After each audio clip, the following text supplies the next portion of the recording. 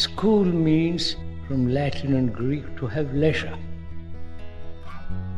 Leisure,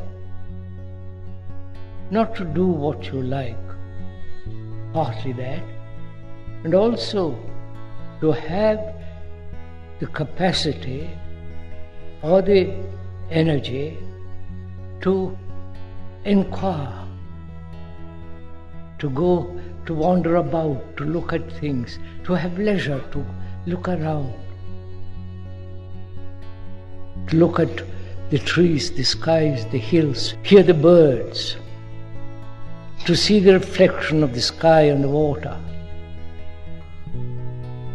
to see how trees grow, the beauty of a tree. That is to have leisure, to inquire not only outside what's happening around you, but also to inquire what is happening inside, in yourself.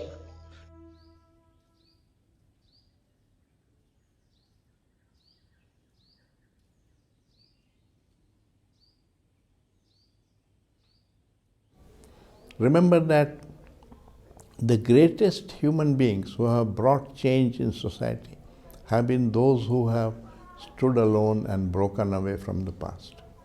The Buddha broke away from Hindus. Jesus Christ broke away from the Jews, right? Krishnamurti broke away from the Theosophists. So, to value dissent, therefore, value dissent, and it needs a lot of clarity in your mind. And you must enable the child to come upon that clarity. And it begins with these simple inquiries. What is boredom? Is boredom inevitable? Is worry inevitable? That's a big challenge. How do you cultivate a sort of stillness? In fact, that stillness accommodates learning, enables learning. So I think restlessness is a lack of attention, and attention is both inner and outer. When your perception is cleansed, you are aware of the outer world and also of the inner world. And that's really what Krishnaji had in mind, that the inner and outer are not different.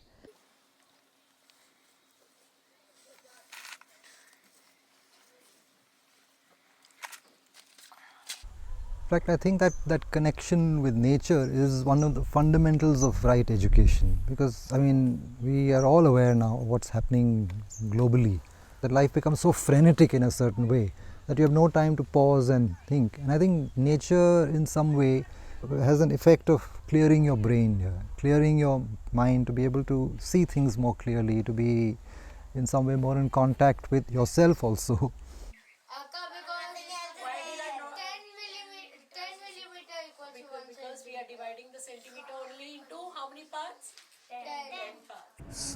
So one has to sense what a situation demands.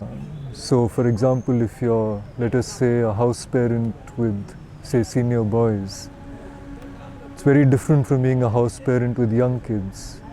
The young kids come to you all the time, full of complaints about each other and full of all kinds of things. And they want your ear all the time. Older students don't necessarily.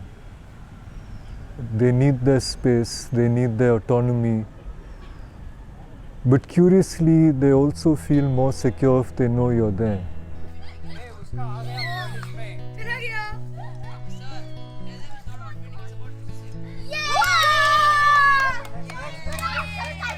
In talking about it, we get clearer that comparison has only a very limited way of making a child or a student do a little better. But beyond that, it's over, and it's very dependent on the outside person. Learning or thinking happens when the child or the individual is actually engaging with it because he is interested in it. But that does not mean that we do not give children feedback. We do talk to the children and tell, if you did this in this way, perhaps it would have been a better work. It's not better than someone else, better. But at the end, we leave it to the child to see whether he would want to use that input.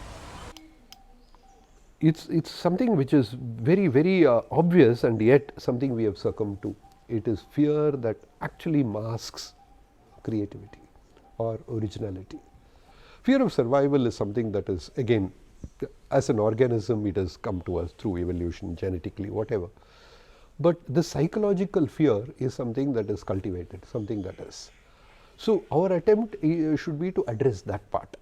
The intent is not to overcome fear. It is possible to see that I am able to see the impact of fear on me. So depending on the age group, if you are able to bring in situations and expose, I think to a large extent we have been able to address fear.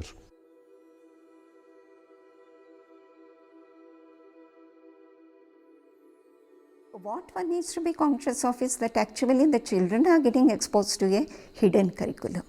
Okay? And that hidden curriculum is their peer group, is this media, is the kind of books that they are reading and the influences that are falling upon them. So we also need to look at what is the hidden thing which is operating and elicit from the children what is guiding them.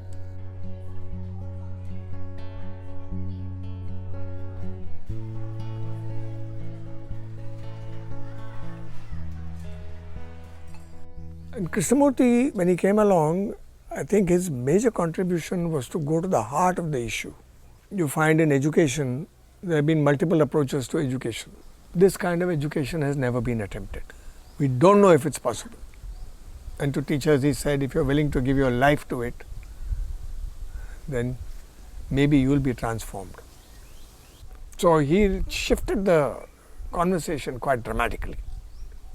Now, the influence of that in the school is very profound. The teacher can't say, you follow me and then I'll lead you to wherever. The teacher is a guide, the teacher is a friend, the teacher is a person who is also conditioned. So how do we hold this complex together?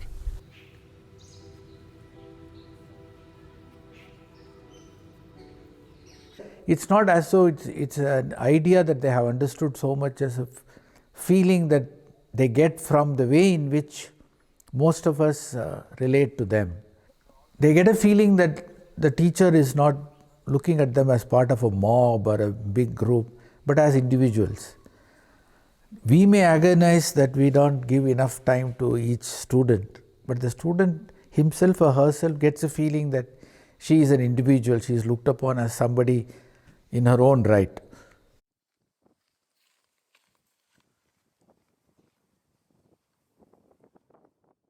But I think that the Ostachel space we have, post-dinner house contacts we have, continue to be a revelation for me as a teacher, to be able to go together, walk together with young people and suddenly see them speak with a certain dignity and an insight that hasn't manifested in the classroom where they're doing mathematics, for example. And here he is talking about the nature of suffering with such sensitivity, and that establishes a very different ground of relationship amongst people. Can we pause for this? Yes, let's go. I think that's part of a responsibility of a school also. It's otherwise a school of that kind, particularly boarding schools, they can easily become like little ivory towers, just they can put a wall around themselves and have almost no relationship with the community. The fact is, in a very real sense, there is a real relationship. Many of the working staff come from the villages. I think it's very necessary to have a back and forth living relationship in terms of health, in terms of education, in terms of some kind of community involvement. I think it's absolutely essential.